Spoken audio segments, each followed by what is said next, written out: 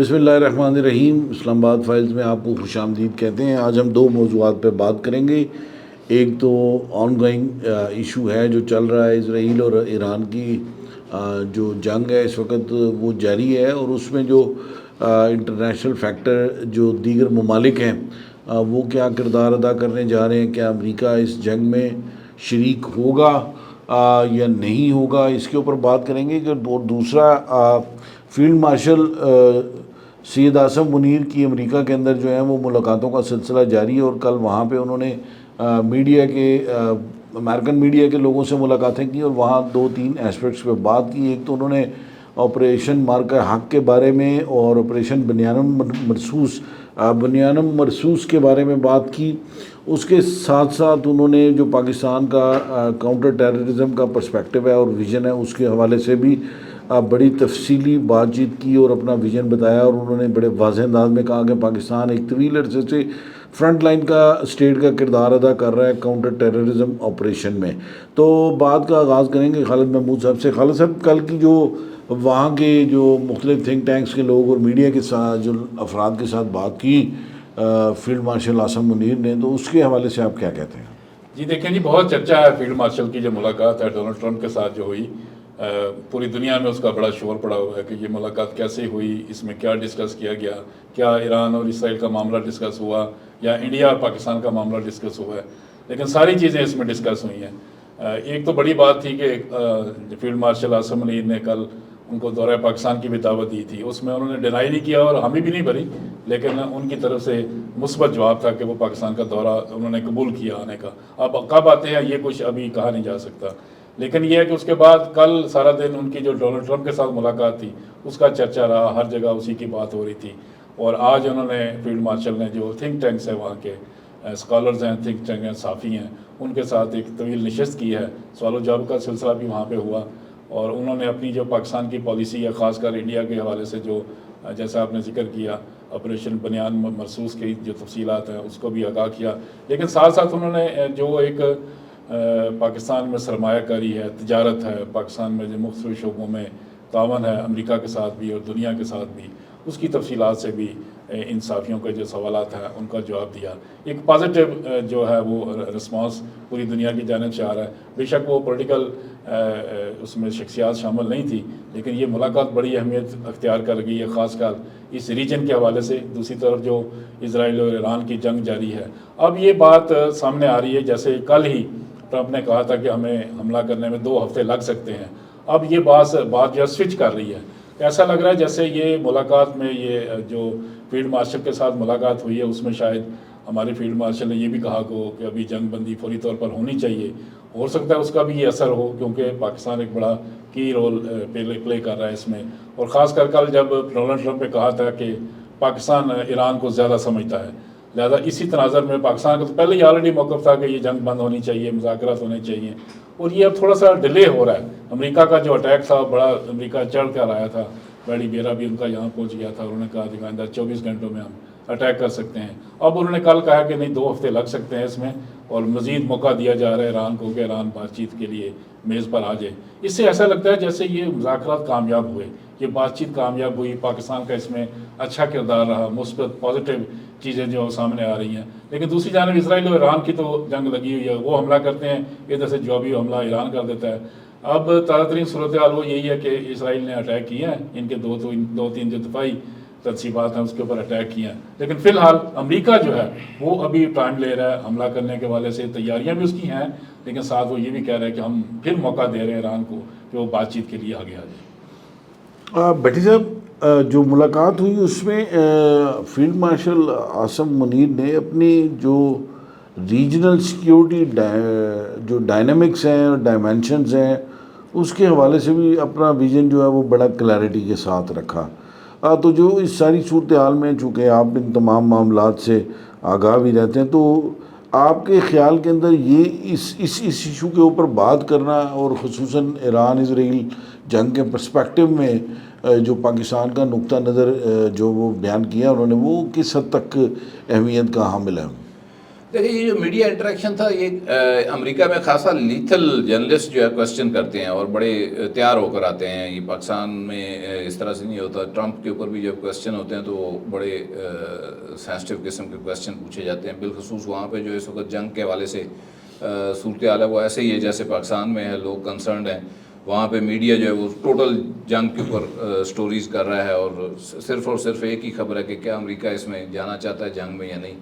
تو اس موقع کے اوپر یہ انتخاب کرنا کہ جی میڈیا سے انٹریکشن کیا جائے گا, اور اسکالرز وغیرہ آپ کو پتہ ہے وہ بھی ان کے مخصوص ان کا ایک ایجنڈا ہوتا ہے. یہ بڑا ایک آپ کہہ لیں کہ دلیرانہ اقدام تھا. اس سے پہلے جنرل پرویز مشرف امریکی میڈیا کو فیس کرتے ہیں وہاں پہ. پرویز مشرف زیادہ کھلنڈرے آدمی تھے اور بولڈ تھے, اور وہ نکل جاتے تھے گولی دے کے امریکی میڈیا کو. جنرل عاصم علی, فیلڈ مارشل عاصم علی جو ہے یہ ذرا سنجیدہ آدمی ہیں, اور مگر انہوں نے بڑا اچھا ہینڈل کیا میڈیا کو. ایک تو انہوں نے جو اس میں ثابت کیا یہ کہ پاکستان کے اوپر جو گلوبل رسپانسبلٹیز ہیں ریجن اسٹیبلٹی کے لیے, گلوبل رسپانسبلٹیز جو ہیں پاکستان کے اوپر ریجنل اسٹیبلٹی کے لیے پاکستان کما حق ہو یعنی کہ اس کو ہول ہارٹیڈلی فلی پورا کرنے کے لیے تیار ہے اور کرے گا. اور وہ ذمہ داری کیا ہے کہ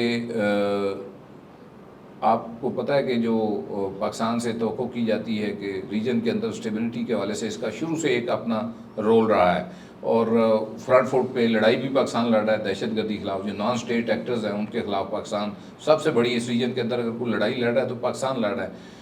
تو اس حوالے سے انہوں نے کہا کہ ہم اپنی تمام ذمہ داریاں جو ہیں وہ پوری کریں گے. پھر جو کویسچن ہوئے وہ زیادہ تر جو ابھی اس کی کوئی وہ نہیں آئی آفیشیل ڈیٹیل, مگر جو ہم نے اپنے ذرائع سے وہ یہ تھا کہ اس موقع کے اوپر جو یہ آپ کا دورہ ہے اس کے کیا مقصد تھا اور کیوں. تو انہوں نے کہا یہ دعوت دینے والوں کو آپ ان سے پوچھیں کہ انہوں نے بلایا تھا جنہوں نے ان سے پوچھیں.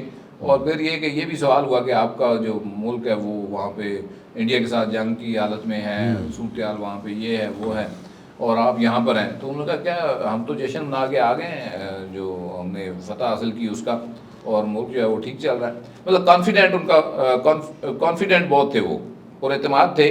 پھر آپ دیکھیں کہ ڈی جی ISI بھی فرنٹ رو میں بیٹھے ہوئے ہیں اسی میڈیا انٹریکشن کے, محسن نقوی بیٹھے ہوئے ہیں. گو کہ پاکستان نے اپنے آپ کو امریکن میڈیا کے لیے اوپن کر دیا. آرمی چیف کی طرف سے نارملی یہ نہیں ہوتا, بڑی سلیکٹڈ قسم کی گیدرنگ ہوتی ہے اور اوپن کویسچن بھی نہیں ہوتے.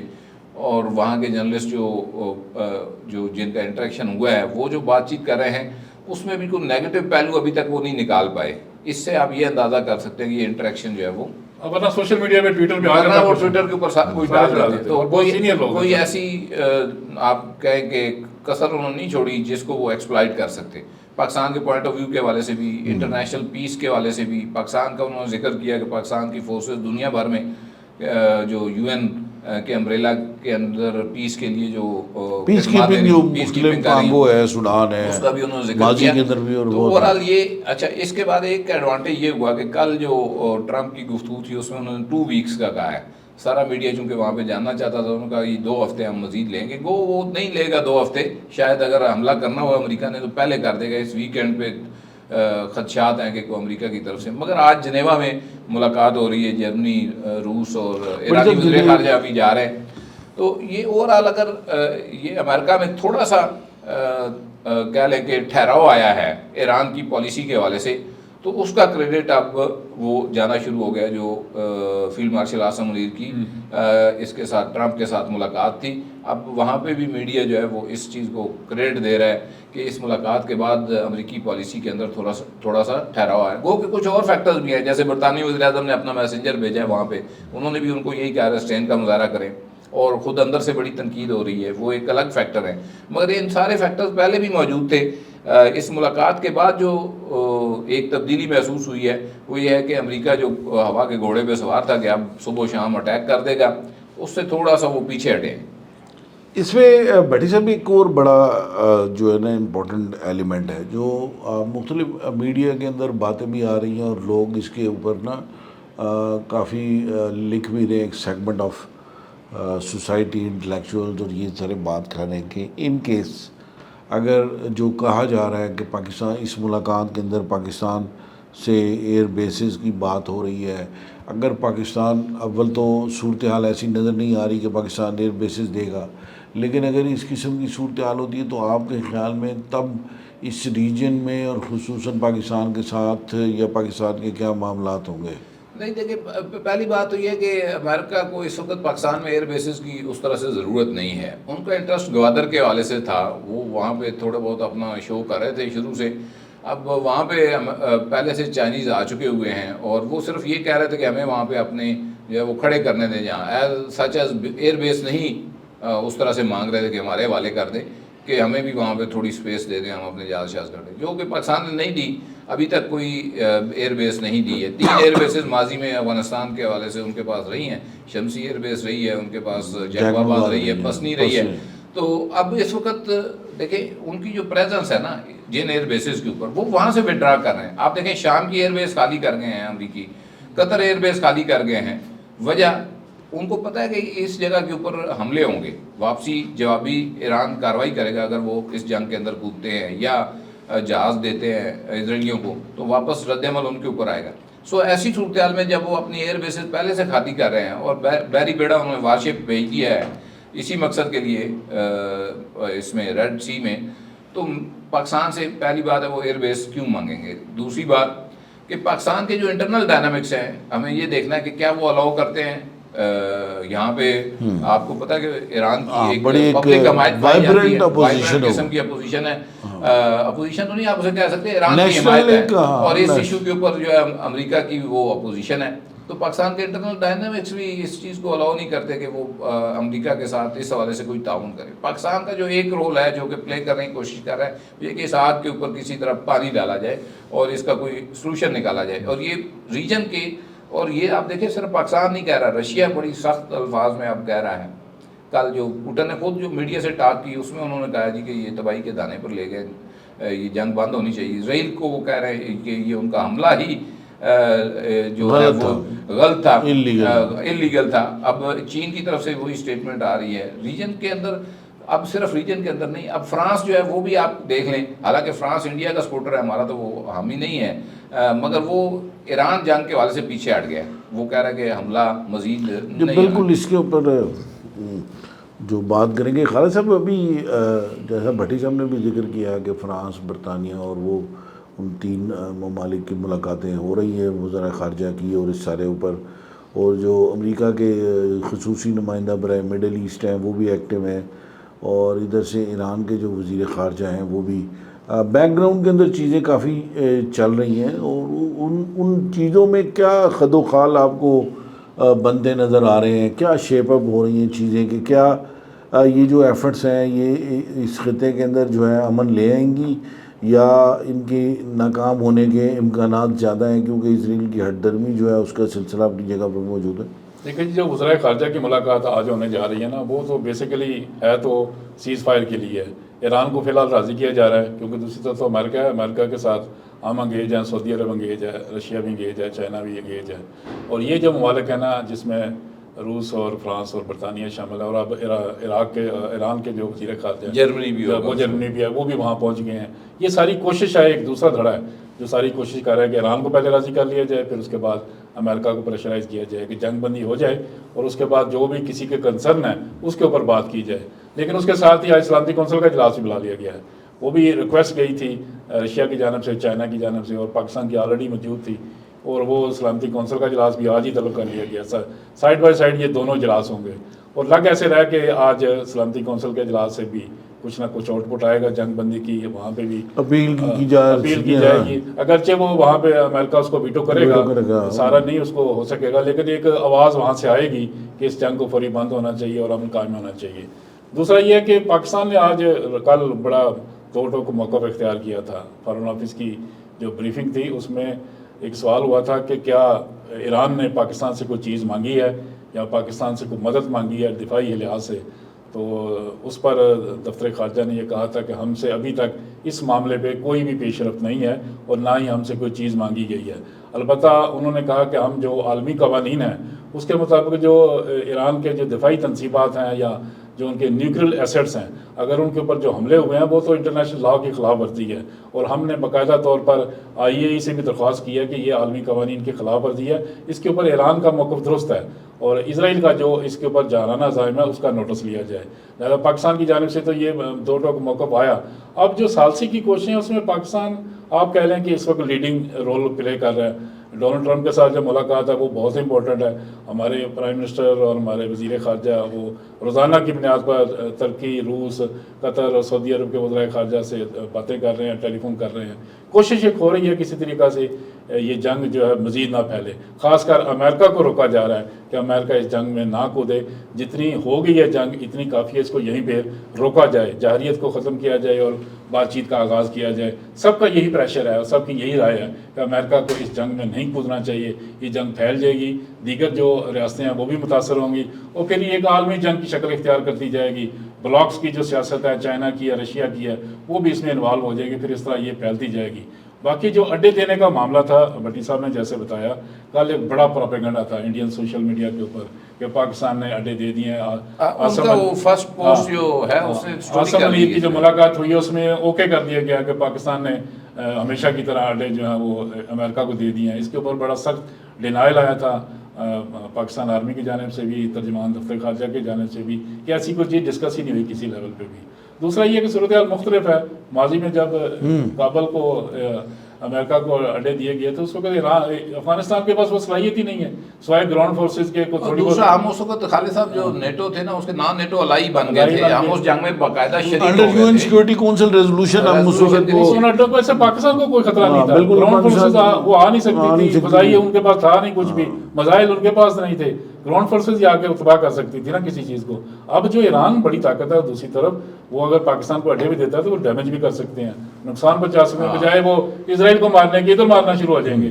زیادہ یہ چیزیں بڑی خطرناک ہیں، اور لیکن ابھی تک جو ہمارے ذرائع ہیں اس میں یہ ابھی تک ایسی کوئی چیز نہیں ہے، کوئی اڈا نہیں دیا گیا، نہ ہی کوئی فیسلٹی یہاں پہ پاکستان کی جانب سے مہیا کی گئی۔ اچھا، اس میں عمران صاحب ایک بڑی امپورٹنٹ چیز یہ ہے کہ پاکستان نے کہا کہ ہیومینٹیرین گراؤنڈ کے اوپر ہم امداد ایران بھیجیں گے۔ ہیومینٹیرین گراؤنڈ کے اوپر جو ہے وہ ظاہری بات ہے غذائی اشیاء ہوتی ہیں، میڈیسنز ہیں، دوسری چیزیں اور کیمپ وغیرہ، یہ وہ ایک چیز جو سمجھنے کی ہے نا جی کہ پہلے آیا جی کہ رشیا ان کو دے رہا ہے جی اسلحہ، نارتھ کوریا دے رہا ہے، چائنا دے رہا ہے۔ اس وقت تک ایران کی جو اپنی انوینٹری ہے میزائلز کی وہ 30% ٹیسٹ ہوئی ہے ابھی تک، یعنی کہ جو جتنی نسل کے ان کے پاس میزائل ہیں اس میں سے ابھی 30% انہوں نے چلائے ہیں، 70% انہوں نے نہیں چلائے۔ اور کل پوٹن نے جو پرسوں گفتگو کی تھی میڈیا کے ساتھ، اس نے کہا تھا کہ ان کے پاس ہزاروں کی تعداد میں میزائل موجود ہیں۔ پوٹن کی خبر اس لیے یا بات اس لیے بہت ویلڈ ہو سکتی ہے کہ جو میزائل انجن ہے وہ ایران لیتا ہے رشیا سے، وہ خود نہیں بناتے، رشیا سے میزائل، ان کو تو ایگزیکٹ پتہ ہے رشین کو کہ یہ کتنے میزائل موٹر 2007 سے وہ یہ جدید جو ابھی میزائل مارے ہیں 2007 میں انہوں نے بنائے تھے۔ انہوں نے صرف ایک ہی چیز کو، ایک کیپیسٹی کو ڈیولپ کیا ہے، وہ یہ میزائل ٹیکنالوجی ہے، اور وہ ان کے پاس انڈر گراؤنڈ، اس نے پوٹن نے یہ بھی کہا ہے کہ آپ ان کی فیکٹریز کو بھی ہٹ نہیں کر سکتے، ان کی میزائل فیکٹریز انڈر گراؤنڈ ہیں، کیونکہ اس کے لیے پھر ڈیزی کٹر بم استعمال کرنے پڑیں گے جو 1.5 میٹر تک نیچے تک ڈیمیج کر سکتا ہے اگر وہ پہاڑوں کے اوپر کریں گے۔ لیکن ڈیزی کٹر جو ہے نا یہ 200 فیٹ تک کام کرتا ہے، ڈیزی کٹر جو ہے وہ 500 میٹر تک زمین کے اندر وہ مار نہیں کر سکتا۔ سو یہ ایک دنیا جو ان کو سمجھانے کی کوشش کر رہی ہے، ڈیفینس کے ریلیٹڈ جو عہدیدار ہیں وہ جو امریکہ کو سمجھانے کی کوشش کر رہے ہیں کہ لیٹ سپوز کہ اگر آپ کا یہ بھی ناکام ہو گیا تو آپ کہاں کھڑے ہوں گے، یعنی کہ آپ کہہ تو رہے ہیں کہ ہم B-52 کے ذریعے یہ کر دیں گے، لیکن اگر آپ ڈیزی کٹر مارتے ہیں اور اس سے بھی کام نہیں بنتا تو پھر آپ دیکھیں نا کہ وہ کہاں پہ کھڑے ہوں گے۔ جی بالکل، اگر امریکنز اس جنگ میں انوالو ہوتے ہیں تو یقیناً یہ صورتحال جو ہے مزید کشیدہ اور خراب ہوتی چلی جائے گی، لیکن اس کے ساتھ ساتھ بین الاقوامی منظرنامے پہ یہ چیز بھی واضح ہوتی چلی جا رہی ہے کہ اب بہت سارے یورپی ممالک بھی اس بات کو سمجھ رہے ہیں کہ جلد از جلد وہاں پہ دونوں ممالک کے درمیان، اسرائیل اور ایران کے درمیان جو ہے وہ سیز فائر ہونا چاہیے۔ اگر بات آگے بڑھتی ہے تو اس خطے کے لیے بھی بہت زیادہ مسائل کا سامنا ہوگا، سیکورٹی ڈی سٹیبلائز ہو سکتی ہے، اور سب سے بڑا امتحان جو ہے وہ عرب ممالک کے لیے بھی ہوگا۔ اگر آپ کو ہمارا پروگرام پسند آیا تو کائنڈلی اس کو لائک کیجئے، سبسکرائب کیجئے، بیل آئیکن بجائیے، اور اگر آپ کے ذہن میں کوئی سوال ہے تو آپ ضرور پوچھیں، ہم کوشش کریں گے کہ ویکنڈ پہ آپ کو ان سوالوں کا جواب دے سکیں. Thank you very much. السلام علیکم.